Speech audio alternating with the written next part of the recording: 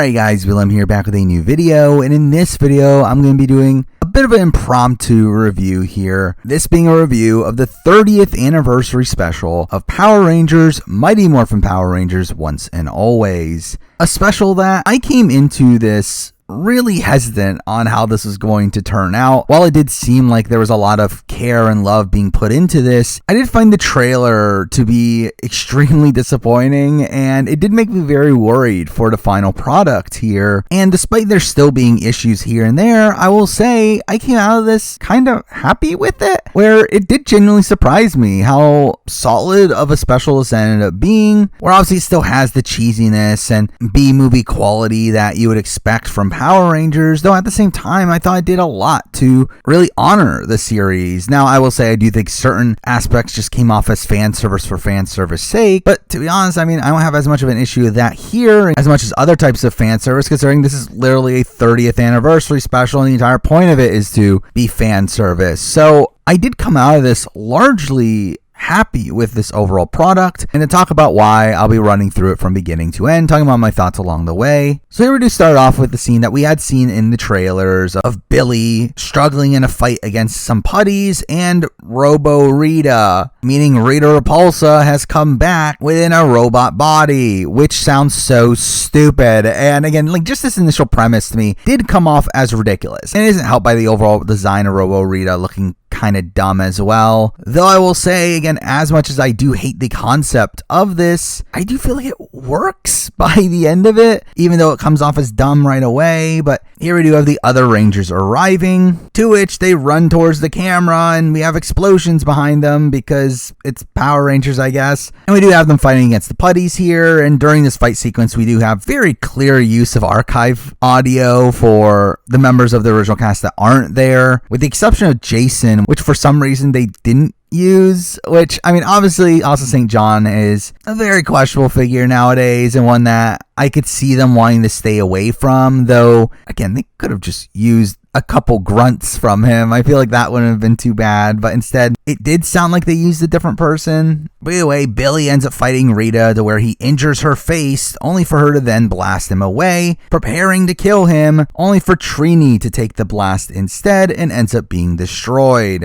which is obviously a very dark way to start this episode. I mean, it obviously feels somewhat reminiscent of the Power in Pink in Lost Galaxy where Kendrix dies, though this special obviously gives more time for the Rangers themselves to grieve over this situation. Obviously, a lot of this was based around the fact that True Trang, the original actress for Trini, did pass away, sadly, somehow over 2 decades ago. But I do think having her character die here in this heroic way, and also have her death be the start-off point to the rest of this anniversary special, was a pretty nice touch here. Though in the aftermath of this, we do see only Billy and Zach taking off their helmets, while the other Rangers remain morph, which is just kind of ridiculous, as, again, obviously only Billy and Zach of the original Rangers were able to come back for this special, and this is obviously to hide the fact that the others didn't come back. Though again, considering what they had to work with, it's not really a major issue, though it just does seem kind of dumb. But with that, I guess we might as well talk about the overall casting of this, and the fact that, again, only David Yost and Walter Jones did come back here, to which they both do a very strong job, and they were obviously able to get back many of the other cast members from beyond the initial series. Though again, considering this is supposed to be a 30th anniversary special, and through that obviously have connections to season 1 in particular, it is kind of underwhelming that they only got David Yost and Walter Jones. Now obviously there are reasons for that. Obviously, sadly, True Trang passed away. Austin St. John is going through legal issues the way he couldn't go on. We had Jason David Frank have a frosty relationship with Hasbro at this point, and obviously later passes. But to be fair, I do feel like having Jason David Frank in this would have probably given him a bit too much of the focus, to where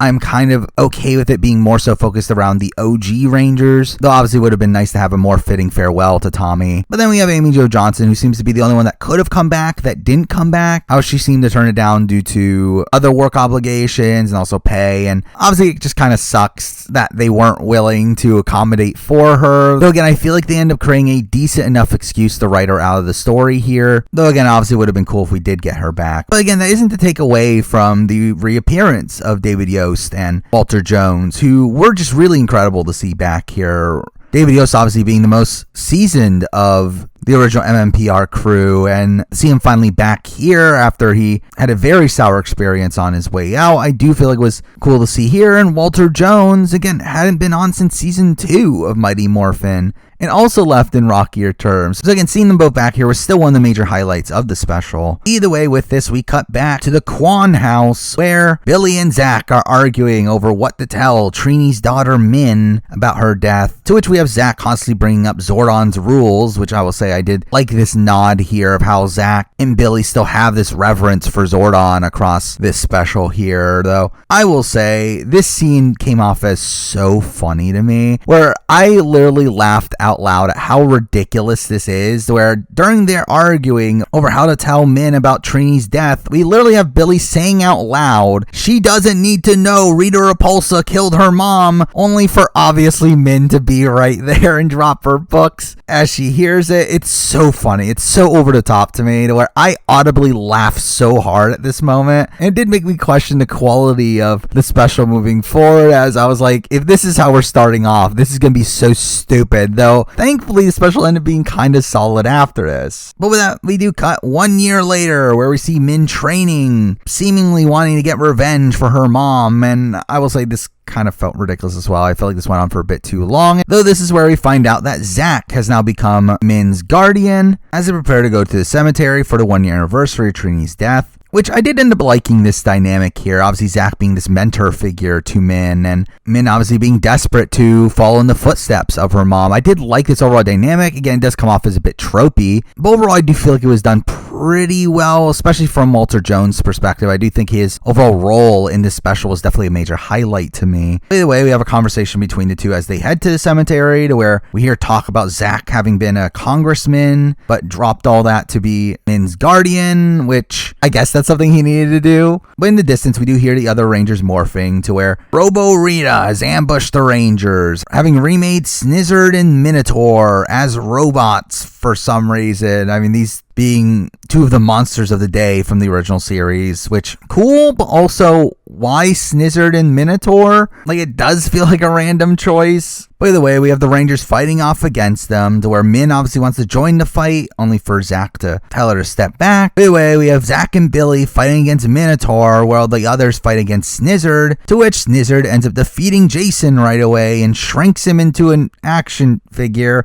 and ends up doing the same to Tommy and Kim as well. Obviously, this being the excuse for why they aren't more prominent in the story, which, again, I think they do pretty well here in contextualizing why they're not more involved in this special. By the way, this leads to the group retreating through getting into a car, which seemed really dumb at first, until we realize that it's the Rag Bug 2. The Rag Bug being the flying car that Billy was able to make in Mighty Morphin Season 1, which was stupid then, and is, I mean, I guess not as stupid now, considering 1, it's a callback, and 2, considering what we learned about Billy, it makes more sense, but still, it is still kind of funny that they decided to call back to this. By the way, this has them returning to the house, where Zach, Billy, and Min have this big conversation where Min wants to destroy Rita, only for Zach and Billy to tell her it's not teenager business, which is obviously ironic considering the entire concept of Power Rangers, at least initially, with all this obviously being set up to Min eventually taking her mom's place. But here we do learn that Min completely blames Billy for Trini's death, to which I will say I did not love the overall portrayal of Min during this scene, where she says, "That stung, huh?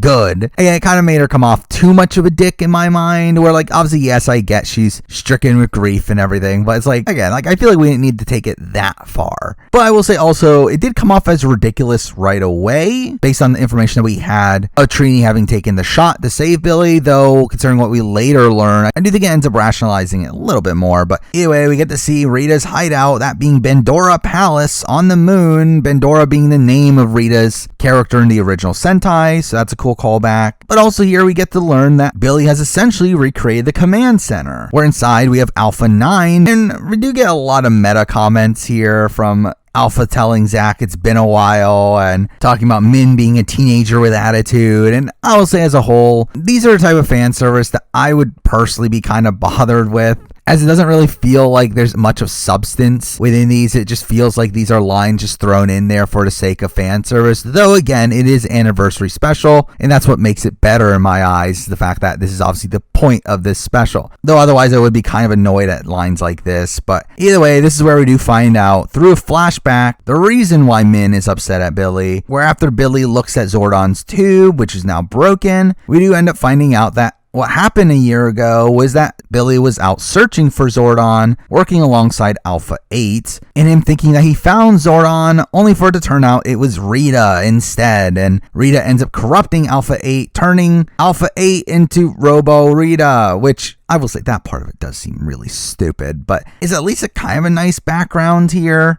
Like, I like how this contextualizes what initially happened, how this plays into Billy's and Min's characters, and his overall solid backstory in my mind. But beyond that, we do see the putties attacking cities around the world, only for them to execute Bandora Protocol. Again, another reference to Bandora, but this has Alpha calling all the Ranger teams to fight against the putties, to which we don't get to see any of them, but we do get to see a scrolling list of locations that Alpha's calling out to, which are obviously all references to previous Power Ranger seasons. And also along with this, we do end up having the arrival of the other Rangers that are going to be part of this special. Where first we see Kat arriving, talking about having come from JJ's junior karate camp, who I believe is her and Tommy's son that is a character in Transmedia, while Rocky then arrives in a fireman's outfit, being upset that he couldn't eat his lunch that he just heated up, which was just kind of a weird intro there. But obviously with Jason and Kim out of the picture, Rocky and Kat here are the ones to take their place. And again,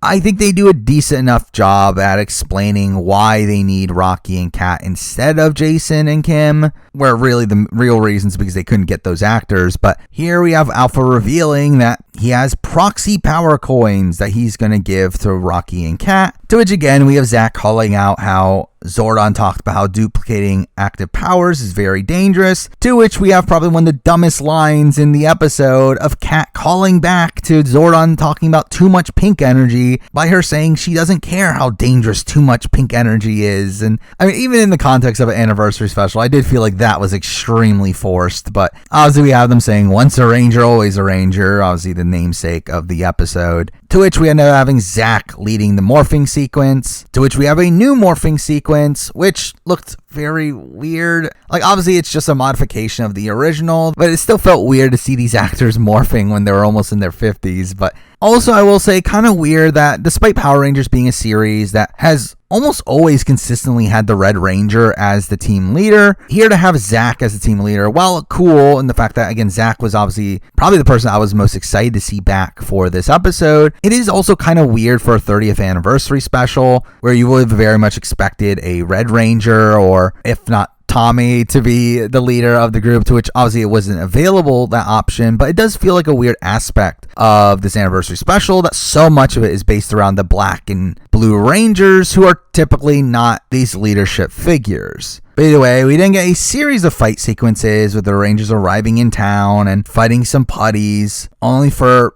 Rita to reveal that this was bait to lure out the Rangers, to which Minotaur and Snizzard arrive, and after a short fight they teleport away, only for Minotaur and Snizzard to track them down, with the reveal that as long as they're morphed they can be tracked down, meaning the Rangers can't morph moving forward, which, while seeming kind of convenient, I do also kind of like that this does lead to a lot more unmorphed sequences moving forward. Now, this all ends up also taking place in a park where we do see a sign of a Bulk and Skull food company, which good for them, I guess, though also feels like a weird progression from where we saw them last in Samurai. But either way, following this, we do have the Rangers returning to the command center, to which they get an incoming call from Adam and Aisha, who are part of SPA, I guess, obviously a play on SPD, assuming this is Space Patrol Alpha, and through that, them probably being the founders of the organization, though timeline-wise, I don't get how this fully makes sense. But either way, Adam and Aisha do mention that they're going to be returning to Earth in 6 hours, which obviously just explains why they're not part of the fighting, as we already have a Black and Yellow Ranger for the story, to where I'm sure if Zach wasn't able to come back for some reason, they would have had Adam in that role instead. But here they end up relegated to just this call, which again, I think is perfectly fine. While it would have been cool to see these two characters do a bit more here, I feel like all things considered, this is a decent spot for them. And again, there's more Easter eggs during this sequence with Adam thanking Billy for stealth tech that helped them avoid the Trubian Empire. Obviously, the Empire is the main antagonist in Power Rangers SPD. But following this call, we do have Billy creating a plan using the stealth tech that was previously mentioned that will allow them to sneak their way onto Rita's palace, though first they need to stop Minotaur and Snizzard for some reason, as again they literally end up having to fight them later on anyway. This leads to Billy setting up a trap for them, all while we end up seeing Min fighting a bunch of putties in the juice bar. Obviously a recreation of Ernie's juice bar that was kind of cool to see. Again, a nice little Easter egg there, to which she tries to morph but isn't able to, only to have Zach and Rocky arrive to hold them off, during which we get some pretty cool unmorphed fight sequences here with Zach bringing back his hip-hop keto, which is ridiculous, but also still part of the original series. So again, cool callback there. But here we get more of Min being upset that she's not being allowed to be a ranger, talking about how her mom did the same thing and she's just following her example, only for us to then get this tropey conversation of Zach telling her that what you want is revenge, not justice, and that Rita had also wanted revenge, and essentially there's this cycle of violence. And it's like, okay, and we've kind of seen a lot of this in media recently, and even beyond that, it's just kind of a trope just in general, though this was a nice bonding moment for Zach and Min, along with the fact that Zach also gets to reveal to Min the reason why this all started, with Billy essentially trying to bring back Zordon as this father figure to him, to which that ends up leading to their reconciliation by the end of the special. But following this, we do see the Rangers be able to capture Minotaur and Snizzard in the scrapyard, capturing them with a massive magnet, I guess, to which they could easily defeat them here, only for them to say, nope, it's not the optimal strategy for some reason, which I felt like that was kind of stupid. But with that, we do have the Rangers now being able to teleport to Rita's lab, to where after they do so, Min decides to steal the Morpher and also steal the Rad Bug for some reason, to which she randomly saves a guy and his boyfriend and flies off, only to then get captured by Rita anyway, which all this was kind of stupid. I know it's showing Min have this heroic nature to her and her saving these people, while also showing her quest for revenge backfiring on her with her falling into Rita's hands. So at the same time, I felt like this was kind of dumb, considering we literally just had this conversation with Zach that you would have assumed would have changed her character there. But either way, we do have the Rangers at the base, defeat some putties initially, only to then find the stolen Rangers, finding out that they can't release them as Snizzard's snakes are holding them captive, meaning that they have to defeat Snizzard anyway, which makes their previous choice kind of pointless. But with this, we also find out Rita's overall plan, with them finding a machine that opens a portal to the space dumpster that Rita was trapped in 30 years ago, with Rita arriving with Min, obviously, to where she talks about how her plan is to team up with her younger self and kill the Rangers in the past to rewrite 30 years of history, which again is over the top, though I do kind of like this overall conflict here, this potential of rewriting the entire history of Power Rangers. That feels pretty apt for that being the stakes of a 30th anniversary special. But either way, this leads to an unmorphed fight sequence with Rita, to which Billy is defeated and is about to be killed by Rita once again, only for Min to take the blast this time. Which, I mean, in a way, doesn't this show Billy failing in the exact same way twice now, which I didn't love that aspect of it, but obviously it does show Min having essentially forgiven Billy and being willing to do exactly what Trini was willing to do. However, I guess the Morpher blocked the blast, or was able to absorb the energy that Rita shot, to where we get to see Trini archive footage in Min's eyes for some reason, which I know is her seeing these memories, though again, this did seem kind of stupid, but it does lead to Min now being able to finally morph, becoming the Yellow Ranger, obviously being this nice moment for her taking the place of her mother. And through that, we get our final batch of fight sequences here, initially against the putties, but then we see Rita making Snizzard grow, to which when doing so, Billy decides to sneak attack Rita, stabbing her in the back. As she's distracted, that's enough to power her down, I guess, and I felt like this was also kind of weird, that Billy literally attacked her when she's not looking, which kind of felt very un-Power Rangers-y to me. But anyway, this has Billy calling on the Dinozords, to where we see new footage of the Megazords coming out of their hiding spots, all in CGI, which I will say, as a whole, despite me not liking CGI in Power Rangers typically, I do feel like this looked pretty well done for the most part. It did just feel like modernized version of the old footage we would typically see. And we do have them being teleported to the moon, and the Megazord transformation sequence being done there, which is all pretty cool. Which I should also mention, the entire concept of being on the moon is just kind of cool as well. Again, kind of playing into what Forever Red did in having the Rangers proactively go to fight the enemy on the moon instead of the enemies on the moon proactively attacking the Rangers on Earth. Again, I like that shake up there. But here we see Billy and Trini in the cockpit, which is